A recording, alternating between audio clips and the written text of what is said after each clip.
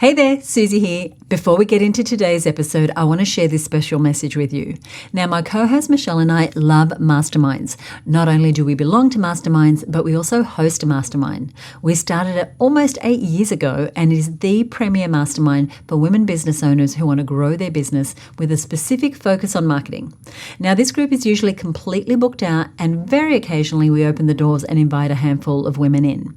So if you're growing your business, but you're struggling with feeling overwhelmed, or like you constantly have a split focus when it comes to your marketing, this could be exactly what you're looking for.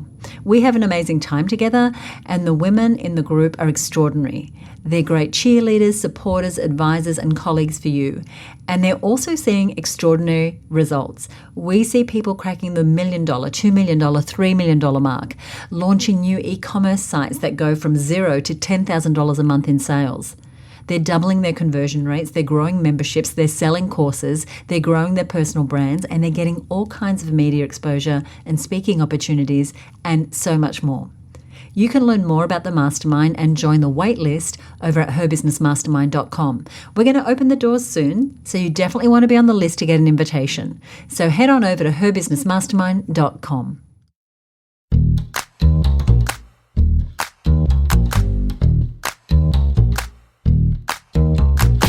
Hi, you're listening to the Content Sells Podcast, the show all about how to create content to attract, convert, and keep your ideal clients. Welcome to episode 211. I'm Suzi Dafnis, and here with me is my co-host, Michelle Falzon. Hey, Michelle, how are you? Hey, Suzi, I am doing great. Thank you very much. And as always, so happy to be here with you and talking all things content marketing. Yes, me too. I am excited about today's episode because today we're talking about something that you and I are familiar with that I don't think we've really spoken about here on the show before. And that's how you can sell high ticket items and premium products and services using an application process. And this application process is something that we've used very effectively when offering our high value programs like the Reach Retreat, the Marketing Success Mastermind, and we've even used it for our annual Mastermind Experience event where people can work with us for 1 month and get all the perks and benefits that they would normally only get inside of our main mastermind.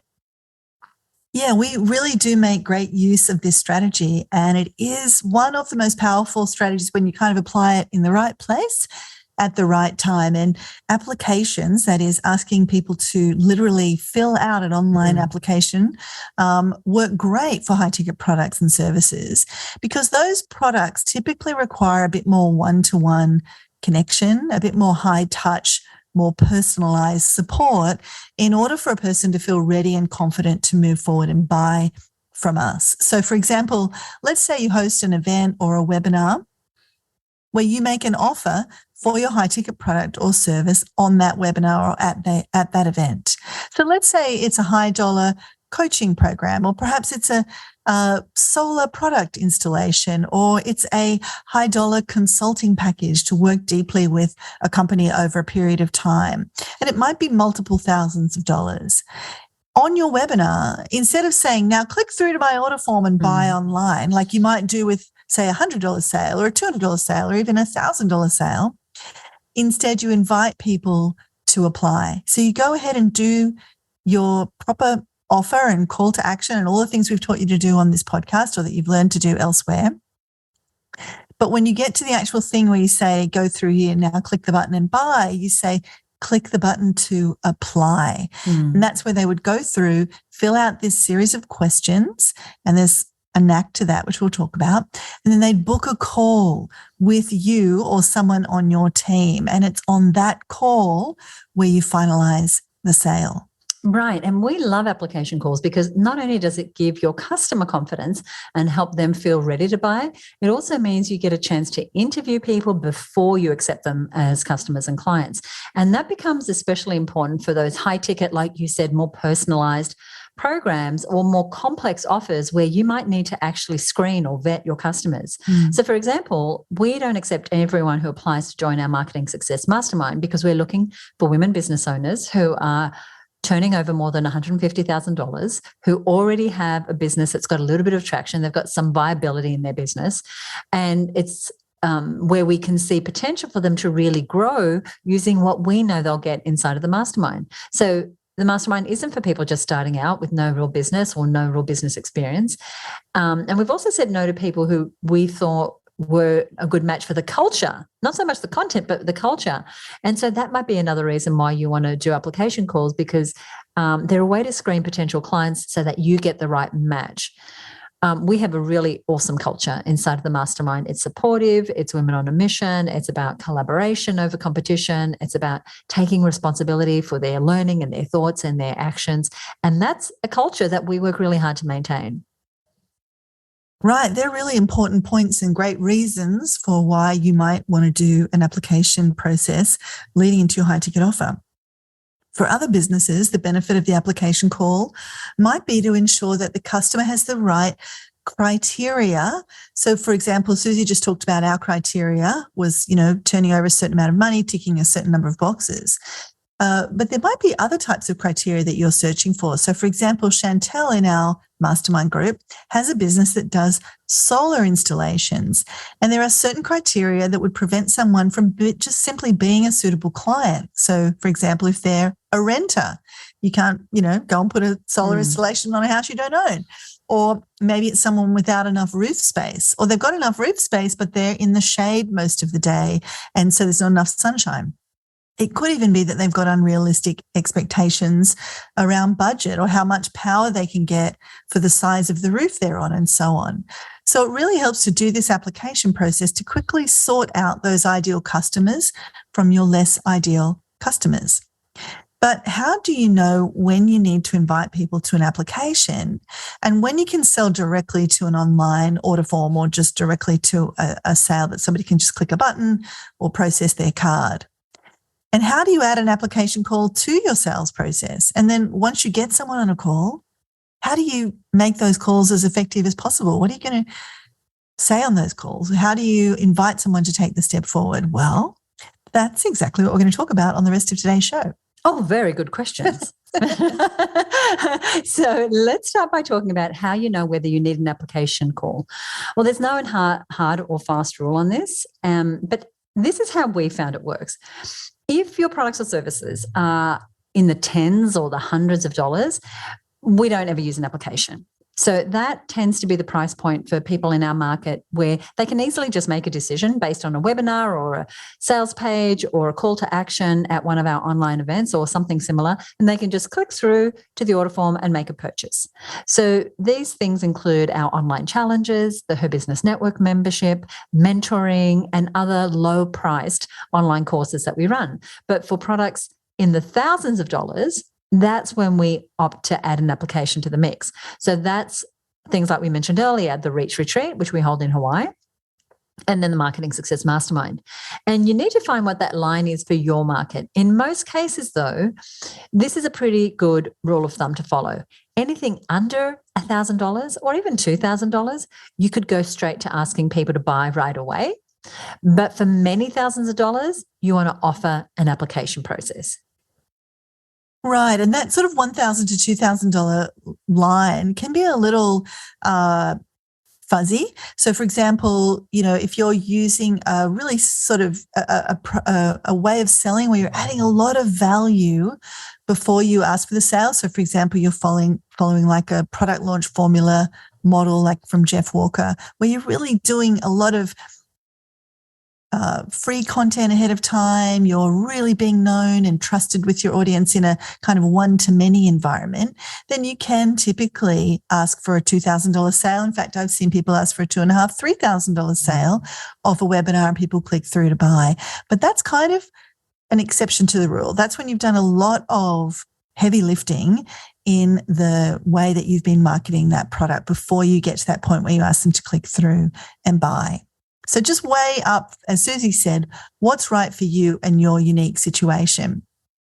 And also, can I just add, and also, some people, like really seasoned marketers, they can pitch a $2,000 product unapologetically. Whereas others, that you convert best when you're one-on-one with someone. It's that more personalized approach. So to Michelle's point, just really think about what's going to be the best for what you're trying to sell. And you may want to play around with it. I mean, we certainly have. And, we've kind of found what the sweet spot is for us. And with the types of marketing that we're doing. So, for example, with the Mastermind Experience, it's around that $1,000 price point, but we don't do a lot of pre-marketing. We literally send out an email and we don't even have a sales page for that. That's the no funnel. And we just invite people to hit reply. And then once they reply, we send them the application link. And so we've done very little front end lifting, even though it's a lower dollar kind of item. So it's really horses for courses. And what we're going to cover today is some rules of thumb, some ballpark, some guidelines for you to think about what's right for you. And another thing for you to weigh up what's right for you is whether your application is going to be an application that you invite people to pay to apply for something, or whether you make it a free application. And we've done things in the past where we've said the application is a fully refundable $250 deposit or a fully refundable $100 deposit, meaning pay $100 to chat to us. And if we don't go ahead for any reason, you get your $100 back. And if we do go ahead, that $100 goes towards the cost of the program. We've also done free applications, and that's really where there's no barrier at all to people applying. They just click through, they apply, they don't have to pay anything. Now, this can lead to tire kickers who take up your valuable time on a call, who perhaps really never had the intention to buy. They just wanted a bit of extra time with you or to kind of suck a bit of information out of you. So you do, again, need to find what's right for you. But generally speaking, I recommend that you start off with a free application just to kind of see what you get. We talked about just play with it, experiment with it.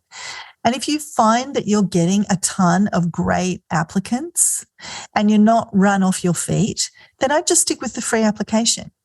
But if you find you're getting way more applicants than you can handle, or a decent number of them are not really in profile and they're kind of wasting your time, that's when I would recommend you start charging for the application, because it does put that little barrier to entry in. It's a great way to get only the more serious people applying, those people who really do have an intention and an interest. So even though they're going to get their money back if it doesn't go ahead, and you want to kind of de-risk it for people, because you don't want to put up too much of a barrier, right? But it does imply a more committed individual who's prepared to go through that payment process. Yeah, I love that. And like you said, we've done both, and I like it when we've actually asked people for an amount of money. I think it does get you a different kind of person applying. And like you said, it avoids people who are really not that serious. So that kind of answered the first question, which was, how do you know if you need to use an application as part of the sales process, or whether you can make an offer for people to go direct to an order form to buy?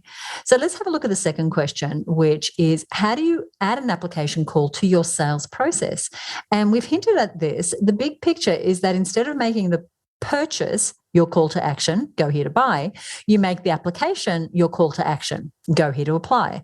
So when we do a webinar promoting our mastermind, we add a ton of value, and then we make an offer for mastermind, explaining all the benefits, everything that's included, the pricing, etc. But then instead of saying, and go to this link and buy now, we say, and here's how you can apply. And then we talk them through the application process. I just want to reiterate what Suzi's saying there. Notice how we still proceeded as if we were making the sale on the webinar, or, whatever your sales platform might be. It might be, instead of a webinar, it might be a one-to-one conversation or a live event or a breakfast where you've invited a handful of key prospects to come along and hear you speak. It could be that you're delivering a lower dollar program, and as that program nears its end, you make an offer for people to get ongoing support with you. That's a high ticket offer, and that is based on application. You still let people know what the next step is, why they need it. You still outline the great deal. You still do all the risk reversal, all the things we've shared with you in the earlier episodes around making a great offer. The only tweak is that when you get to that call to action, that is the point where you're telling them exactly what they need to do next.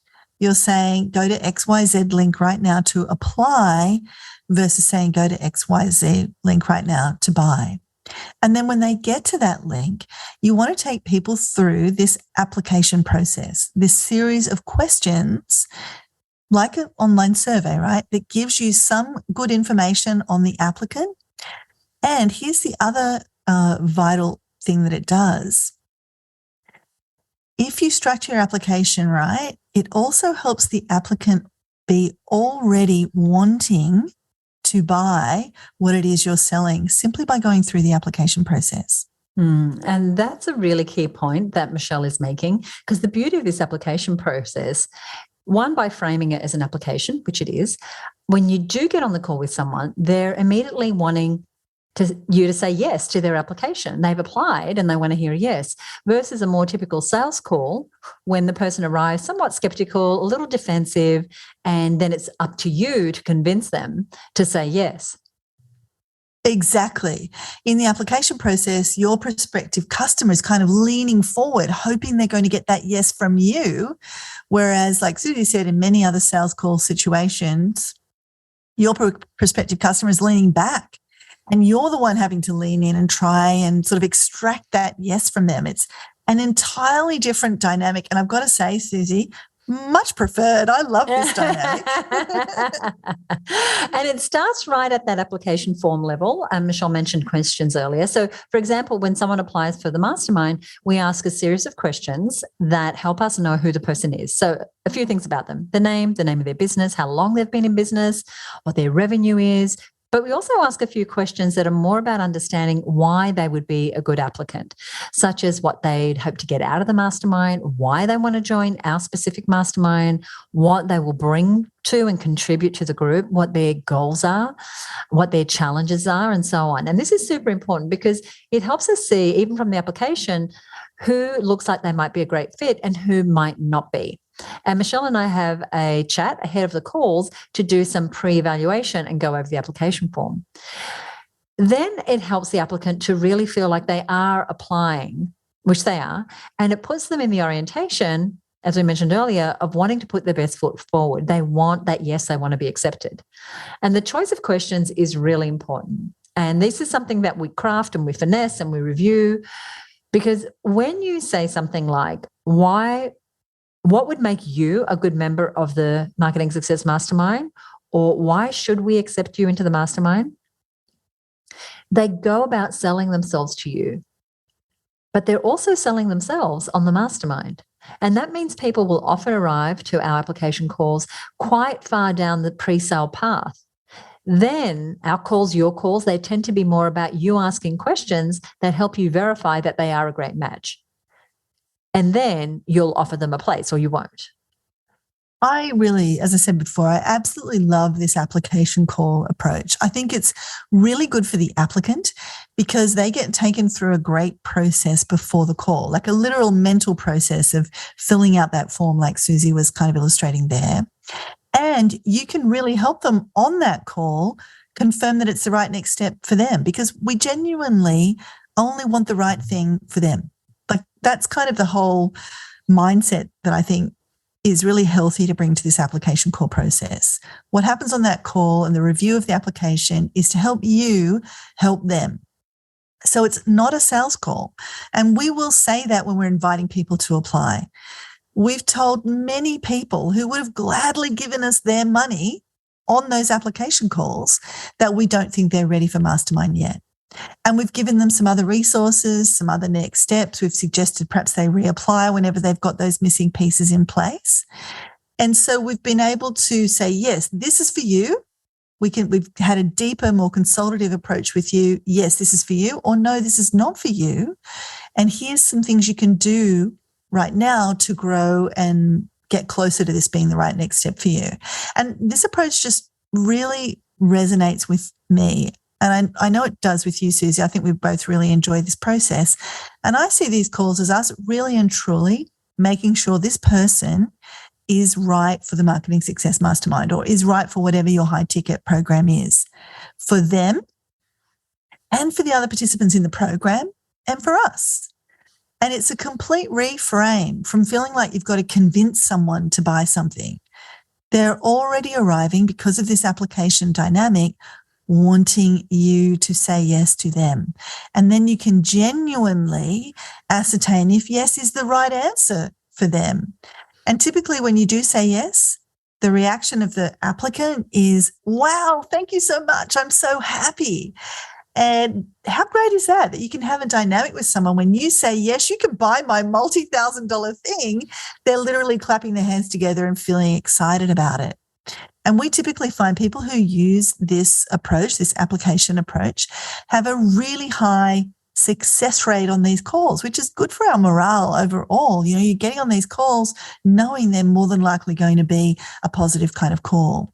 So, for example, if you can get someone typically to apply and turn up to the call, and not everybody does turn up to the call. We've seen people in our mastermind, we've seen these results ourselves, get 90% or higher success rate amongst those who are the right candidates. So we just had a masterminder do an application process for her program, and the program's over $1,500, and she got 26 applications, and 25 of those people moved forward with her. That's a 96% success rate. And she was able to pre-vet those people to ensure they were the right people for the program. So she was kind of ensuring the success of her program. And by making that first step just an application, she was, getting as many people as possible applying, and then getting that one-on-one environment where she knew that process would work. She knew that approach would work, and she knew she could weed out the people that weren't the right people, and she could say yes to the people who were. And there she is, getting 96% success rate. And they all arrived on those calls with her, hoping she'd say yes to them, not the other way around. The other part of this is, beyond, who gets to say yes or no, is that you actually have a conversation. So you could do an application and not have the call, and you're working off a written document. But here you can dig in.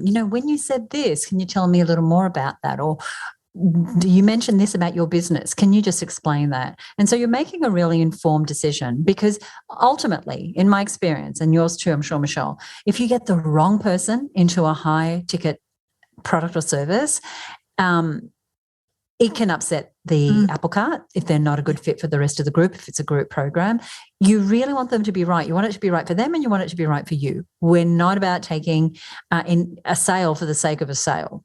And, when you don't do this process, I feel like if anyone can just go to an order form and buy, one, you're not going to get the same closure rate as what we're talking about now.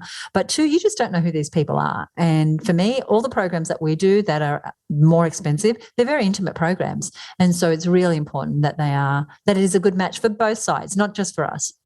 Suzi, I was just talking to somebody the other day. I'm trying to think right now who it was, but they did not do an application process to a high ticket offer. They just had a very effective sales process. Oh, I know what it was. Yeah, it's somebody who takes people on international trips, like big groups to places like Egypt and on these kind of quests. And they said they're shifting to an application process because there was a couple of people that just kind of ruined it for everybody else, And it's so true what you're saying, that if people are paying many thousands of dollars to go, in close quarters through, Egypt or somewhere like that, you really want to make sure that everybody's cohesive and happy. And we've got people like in the mastermind that I'm thinking of who take people on adventures, Yvonne, who does women's fitness adventures and takes groups of people to, hikes in the Pyrenees and things like that. She really wants to make sure that she's got the right group of people there, that they meet those criteria, like can they make it? Are they healthy enough? But also the cultural criteria that you were talking about. So, yeah, you're absolutely right. With high ticket, oftentimes the mix of the people is the product, in many ways. So you really want to get that right. Now, the actual application form, we recommend that you do this in a tool that allows you to show one question per screen. And this is just like from a just trust us on it, right? You don't want this whole list of questions. You want them to answer a question, then move on to the next question. And some easy tools that do this are Wufoo, SurveyMonkey, Typeform, Bucket.io. We've used and do use most of those. And you want to ask, as well as the important questions related to the experience or the product or service, you want to ask some basic name and contact information details. And if relevant, you might want to ask for something like their website address so that you can look at their online presence. Now, that may not be relevant for you if you are working in a B2C, business to consumer environment. That may not make sense. But if you are a business coach and you're helping people on their marketing, you might want to have a look at that. It's one of the questions that we ask, because it kind of helps us get a sense of oh, okay, this is how they're marketing themselves at the moment. Is there an opportunity that we see here that we could introduce into the call where we could talk further about what we're seeing? So it allows us to have a more intelligent conversation. So keep it to just a few questions. This is not their life story. So we ask, first name, last name, company name, email address, phone number, web address. If we already have any of that information, we don't ask it. If they're already on my database and I already know some of those things, we may not ask that. Then you want to ask 4 or 5 questions about them that will be relevant to your assessment of their suitability for whatever product or service you're selling. So we ask a few more than that for our mastermind. One of the questions that we include is to tell us their business turnover, because we have that prerequisite of $150,000. We ask for the number of employees. We ask for, what their biggest struggles and challenges are in relation to their marketing. We ask them what's working. We ask them about what where they want to be in 1 year, 2 years' time. And so we really want to dissect the business in a way where we can see the opportunities where the mastermind can help.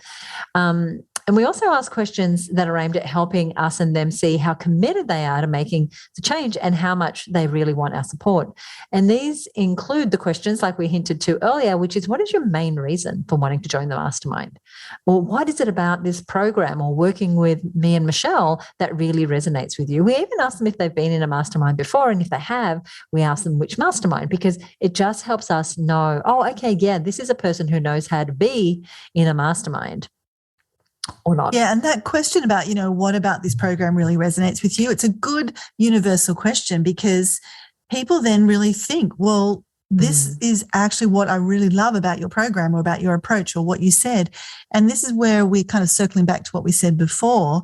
When people take the time to do that and really think about why they resonate with the program, why they want to be in the program, why they'd be a good contributor to the mastermind, they're really selling themselves on the program in the process of selling you on them. And it's just a powerful, powerful thing when you see it in action. It's almost kind of magical, really. Another question that's really helpful to ask is the money question.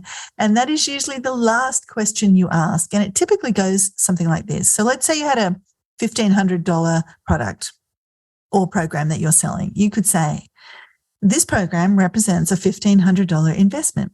Please check yes if you're willing to pay this amount. And then you have literally a yes or no checkbox there. And interestingly, some people will check the no box.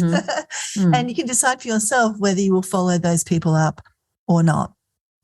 And when you're getting started, I think you can do your application with just a few questions, and then you can tweak that over time as you start to do a few calls and see what you need to ask. Or if you start with some that you think, I'm not really using that and it's not really benefiting me, then feel free to tweak it and change it as you go. But I do suggest the bare minimum information after you've got their basic contact information is like a why do you want to kind of question. What do you want to get out of this? Why do you want to join this? And then another question is, what specifically drew you to this program? Or, that kind of what's resonated with you, that kind of thing, where they're thinking, and what drew you to or what resonates, that's different to why do you want to or what do you hope to get out of. It's more like an internal kind of preferences thing that you help people to get really clear on. And this is a great way to word some of these questions. Space is limited, and I want to make sure you're a good fit. Why should I choose you, or why are you a good candidate for this program? Now, when I first started doing these applications, I found that question a little confronting. It seemed a little bit like, well, why should I choose you? But actually the wording works really well. And it's also embedding this idea that there aren't a lot of spaces and that this is something you do need to put your best foot forward on. So that wording actually works great. And then, of course, the are you willing to pay this amount question. They'd be the absolute kind of minimum ones. And then once they answer those questions, ideally you want the final step in the process to be to actually show them a calendar with the available dates and times so they can go right ahead, right then and there, and book their appointment time in for that call with you. And this is such an important point. You don't want to get the application form and then, time passes. They're right there. You've got their attention. So you want to get them to take that next step immediately. We use a tool called Once Hub. It used to be called Schedule Once, and it's integrated with Infusionsoft, which is our CRM. So we have this part pretty much automated. So once they complete their application form, they then go to a page that says, great, we've got your application. Right on that page is a calendar app embedded. And when they click on that, it shows them the appointment times that are available that I have already pre-populated as being available. They choose one that suits them and they get confirmation. They get a calendar link. It puts it in their calendar. It puts it in our calendar. And then it kickstarts an email sequence that is part of Once Hub that confirms their meeting time. And then it sends them reminders and the call details. And we do our calls over a Zoom call like this or anything like this where you can, anything like Zoom where you can actually meet face-to-face and see each other. I think it's important to be able to see each other. Some people don't love video, but I think certainly in our case, it works really well because we want to get to know that person, and that's a way to do it.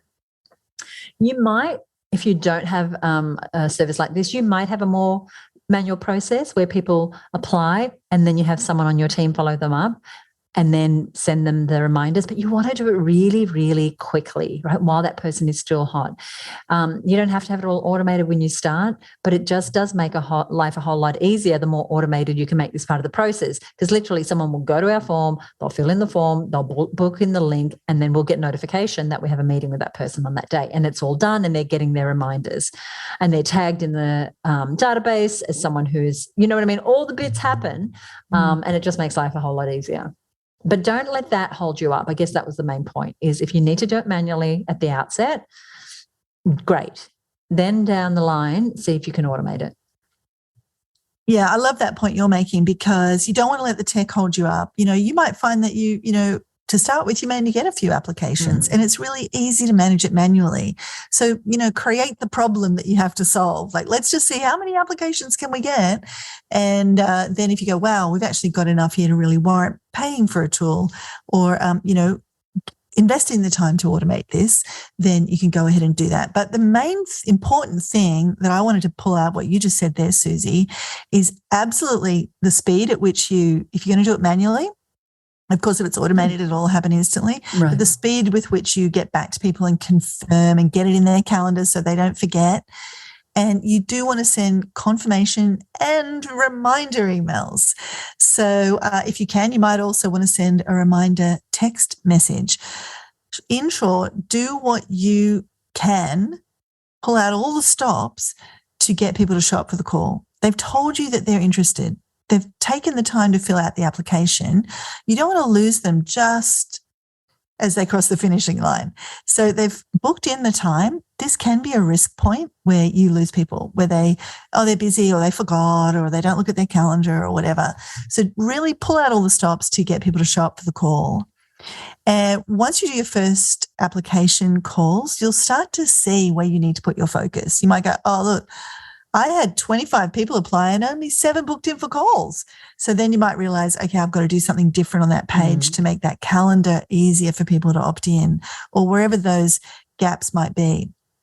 Some people tell us everyone shows up for their calls, but they're having maybe a problem getting people to across the line to say yes to the offer. Others tell us they've got a terrible show up rate and they can't get people onto the calls. Others are saying, look, I've actually got the whole process nailed in and it just can take some time. And I think some of that is different markets, but it's also how well you do the process, how well you set people up for success in the application, how well you provide people the opportunity to book in an appointment time that suits them, how well that confirmation and reminder is happening, even if you're doing it manually. It all has a big impact. I'd also add that you want to try and get that call happening as soon as possible after they apply. So Suzi mentioned that she goes ahead and makes the appointments available in the calendar app. Don't go and put in like the next 3 months of appointments available, because somebody might schedule it for 3 months down the line and the heat might be gone from their need at that point. So don't ask for applications on your webinar on the first day of the month and then have, the next 90 days available. But conversely, Don't ask for applications on the first day of the month if your webinar's on the 1st, and then only have available spots from like the 20th of the month, because people will go cold in that period of time. And we actually have to think about that, Suzi, don't we, when we're planning out our application processes? It's like, okay, well, we can't be going overseas or on holidays or anything like right afterwards. We've got to actually make those spots available when we're planning out the campaign, so that we know like that day, that afternoon, and the next 24 hours and those next few days, we've got enough spots available to meet the demand. So you want those appointments available as soon as possible, whether it's that afternoon and over the next few days, or whatever range of time is going to work for you and your process. And think about, too, giving a range of times in the day that suit people's schedules. So don't all make them kind of every day, always in the middle of the day, because somebody may not be able to do that, or school drop-off times or school pick-up times. So put a variety of times in the schedules so that people can find a spot that works for them. Great. So let's assume that they've got their application, they've gone through the process, they've booked a time, you've sent the reminders, or your system has sent the reminders, they've shown up on the call, and it's time to answer the third of the big questions that we posted at the start of today's show, and that is, how do you make those calls as effective as possible? What do you actually do on those calls? Now, the good news is the application process you've taken people through up until that point makes the call a whole lot easier. Like we were saying before, people arrive ready, willing, and leaning forward, hoping that they're going to get a yes from you. So that sets everything off on a really great foot to start with. Now, we usually like to start by giving a warm welcome, building some rapport, and then pretty quickly getting into some of the relevant details. It's not a chit-chat session. So we, do the pleasantries, and we sincerely welcome them. And then we go into recapping what's in their application. Now, you might think, well, it's in their application.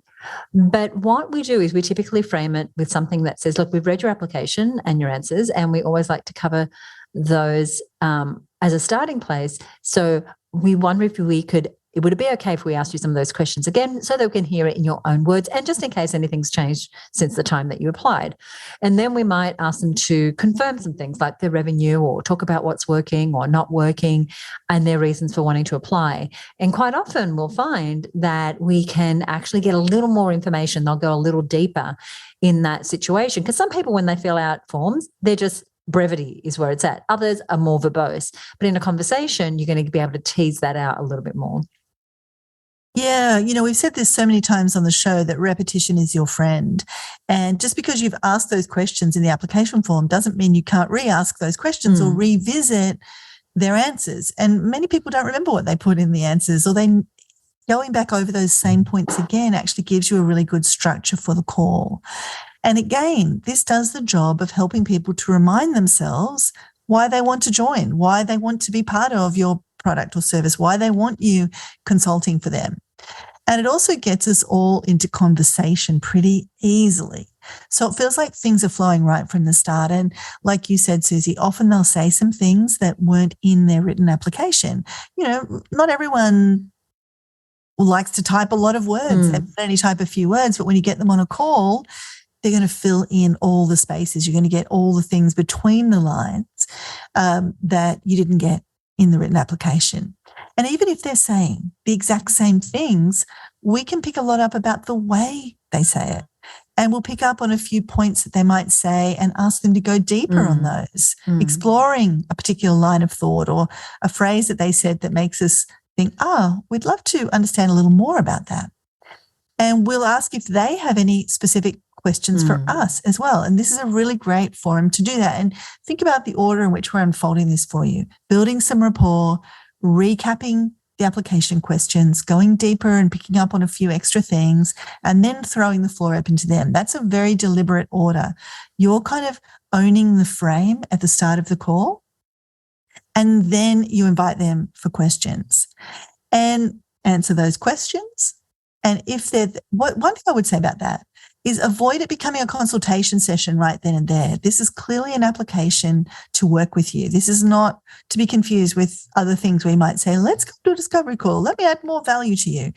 So if they've got questions for you, try and direct them to questions around the program or the result they're going to get or what they can expect. Or if they start actually asking you to deliver on the services that you're asking them to pay you for, just find ways to keep guiding them back to, well, look, we cover that inside the program.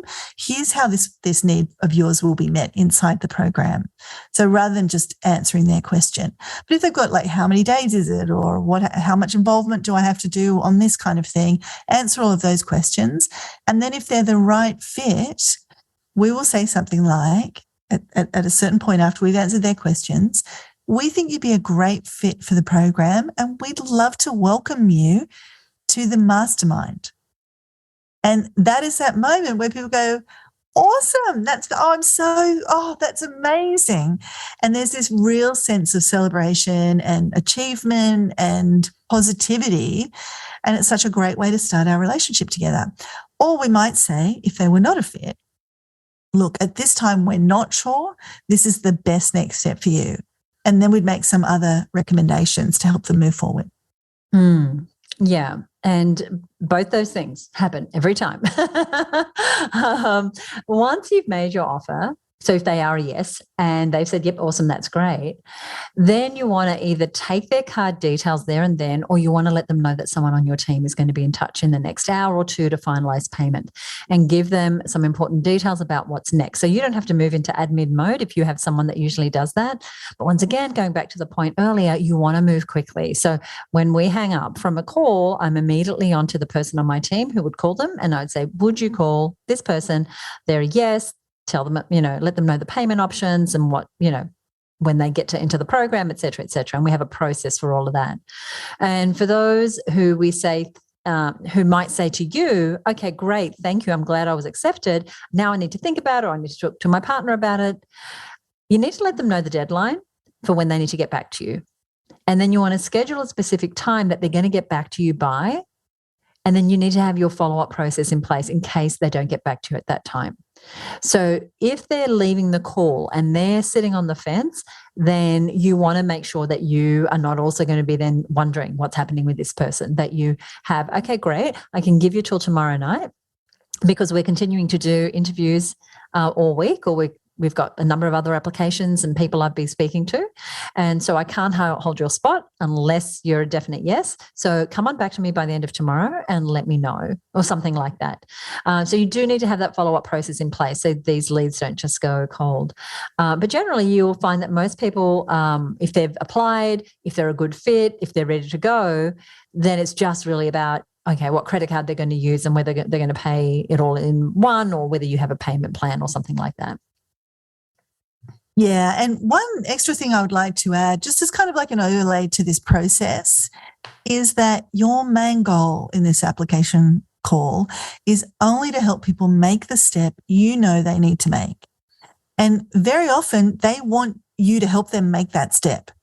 And it can be harder for people to make a step when it's a higher ticket item. There's more on the line, there's more risk.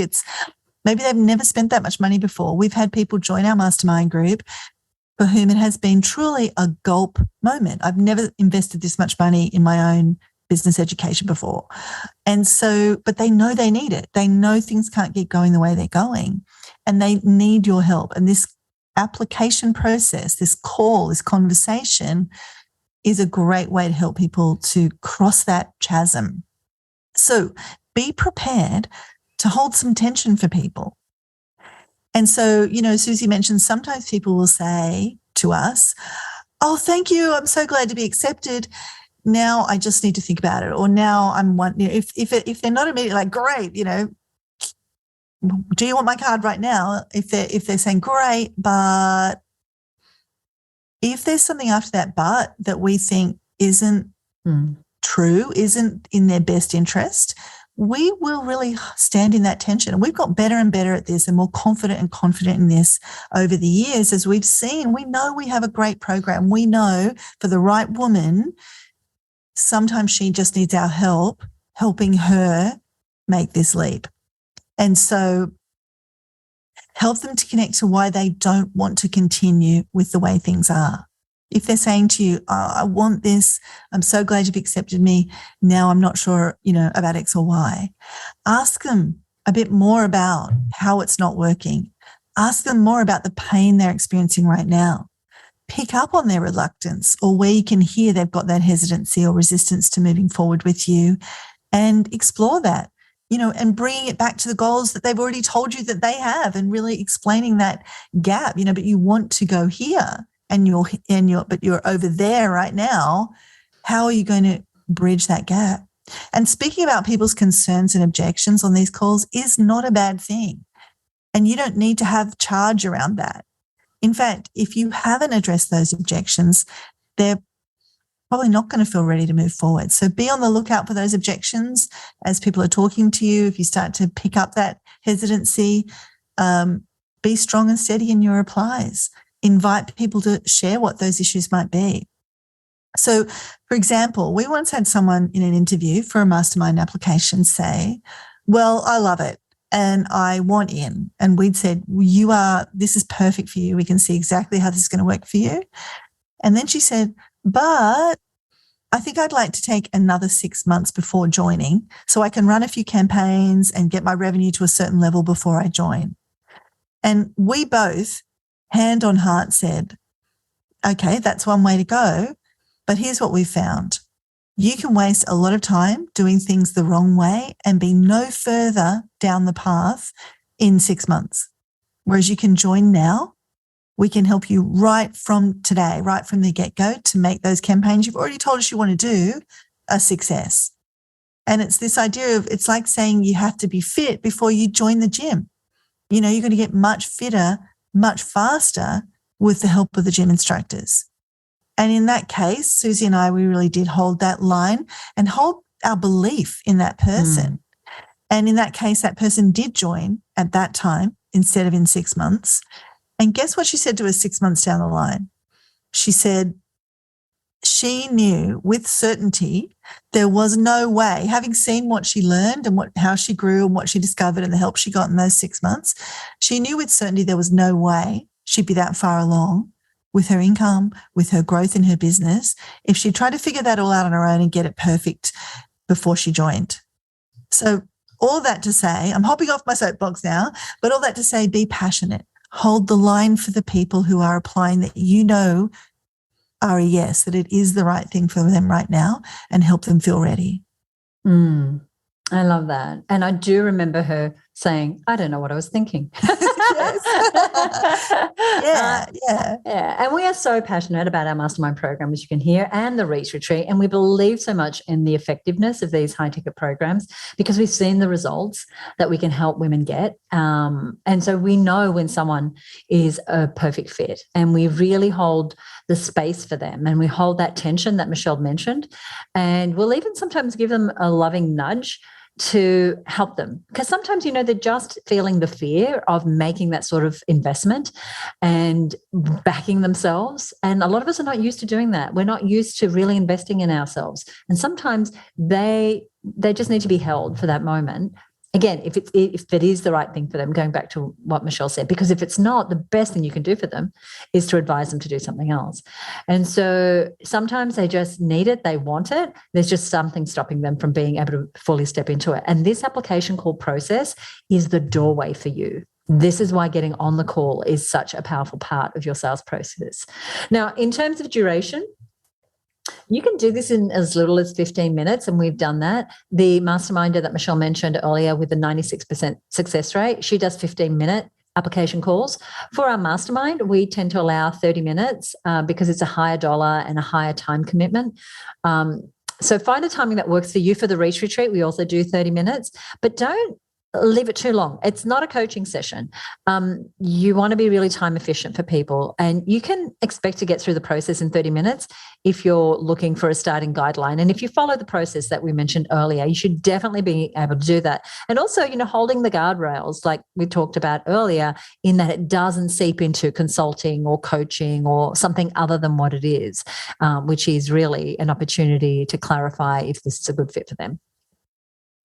Suzi, guess what has happened? What's happened? I think we've answered all the questions that we posed at the start of the show.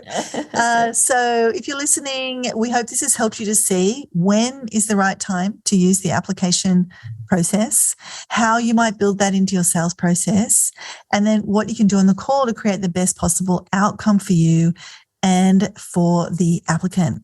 And like we've said a few times now, this really is such a great approach for high ticket sales, and it just feels so good to get on those calls. They really can flow and feel great for everyone on the call. If you're somebody who has really hated doing sales calls, this can be a great sort of shift in the energy. They don't feel icky or pushy or really like a sales call because they actually are not a sales call. And the application aspect helps so much because people are arriving on that call really leaning into you and really wanting to move forward with you. And over time, especially if you're selling a lot of high ticket items, you may not do all the calls, because they are time consuming. This is something that you can train others to do as well, right? It's a repeatable sort of process. So if you've got a high priced product or service or program that you offer, we highly recommend that you give this application process a try. In a moment, I'm going to share a link that you can go to get the show notes for today's episode, which is going to include some of the links for the resources we shared today. You can even go through and have a look at our application form for Mastermind and have a look at the questions there, or the Reach Retreat, to get a sense of how we've set up our applications. In the meantime, we would love it if you enjoyed today's episode, if you got a few ahas, if you would give us a rating or review over on Apple Podcasts. We love sharing these tips with as many business owners as possible. And I just want to thank you so much for listening. We have over 100 5-star reviews now, and regularly we are getting women reaching out to us and letting us know how they've benefited from listening to this podcast.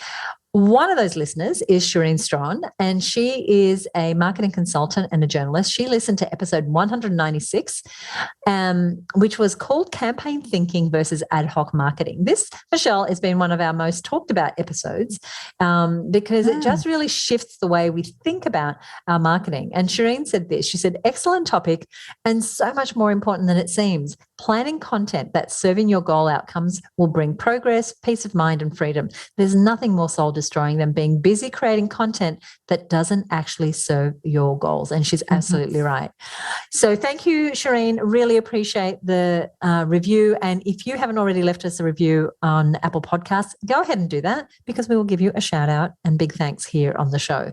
So we've mentioned a number of different resources on today's episode. We're going to put links to those resources over at herbusiness.com/application calls. That's herbusiness.com/application calls, all one word. Now, Michelle, what do we have coming up in the next episode? We've got a fun one. We are doing a Q&A episode. We're actually answering some of your top content marketing questions. So we've polled our listeners. We've said, hey, what do you want to know about?